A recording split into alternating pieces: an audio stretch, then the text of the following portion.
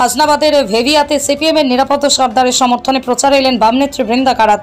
তিনি বলেন, সন্দেশখালীর অত্যাচারিত মহিলাদেরকে নিয়ে রাজনীতি হচ্ছে।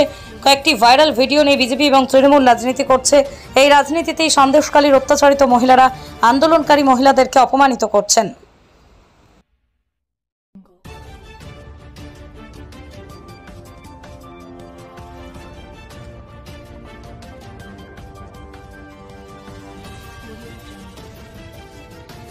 এই ভিডিও পলিটিক্স একটা জিনিস আপনারা বুঝে নিন, এই ভিডিও পলিটিক্স সন্দেশখালী মেয়েদের যা আন্দোলন আছে সেই আন্দোলনকে বিজেপি আর টিএমসি হাইজ্যাক করার চেষ্টা করছে।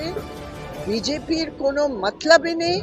অমিত শাহ এসে কি সব বাজে কথা বলে গেছে, ধর্মের ভিত্তিতে অত্যাচার। অমিত শাহ কিছু জানে কি মেয়েরা কাদের নাম নিয়েছে? মেয়েরা কি শুধু শাহজাহানের নাম নিয়েছে? মেয়েরা শিবু হাজার নাম নিয়েছে। মেয়েরাও আর একটা সর্দার, কি নাম ওর, উত্তম সর্দারের নাম নিয়েছে। তো ধর্ম কোথায় আসে? এটা গুন্ডাগর্দির অত্যাচার। তো এটা হচ্ছে বিজেপির খেলা আর টিএমসি বাঁচাবার জন্য, কেন টিএমসি ডিফেন্সিভে ব্যাকফুটে হয়ে হচ্ছে। আর টিএমসি আজকে নিজের ডিফেন্সের জন্য মেয়েদের মর্যাদা দুজনেই পার্টির জন্য কিছুই নেই। আমি বলি, আমরা তো মেয়েদের অত্যাচারের বিরুদ্ধে আমাদের সংগ্রাম। মেয়েদের কথা বাদ দিয়ে এখন এইসব ভিডিও পলিটিক্স হবে, তার মানে সন্দেশখালীতে কিছু হয়নি। আমাদের যখন এমএলএ ছিলেন নিরাপদ সর্দার, উনি 2014-এ বলেছেন কি লুট হচ্ছে, জমিন লুট হচ্ছে, আতঙ্কিত, গুন্ডাগর্দি হচ্ছে ওইখানে, মেয়েরা আতঙ্কিত। অ্যাসেম্বলিতে তখন উনি স্টেটমেন্ট দিয়েছেন। ওইসব মিথ্যে কি?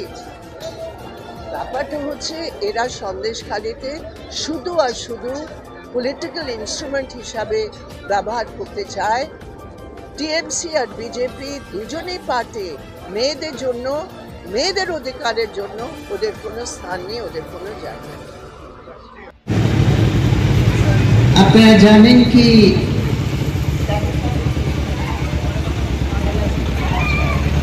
আচ্ছা, এখন তো সভা নির্বাচন আলাদা আলাদা স্টেটে হয়েছে, যেখানে আমাদের লোকসভায় 542 সিটস আছে। তার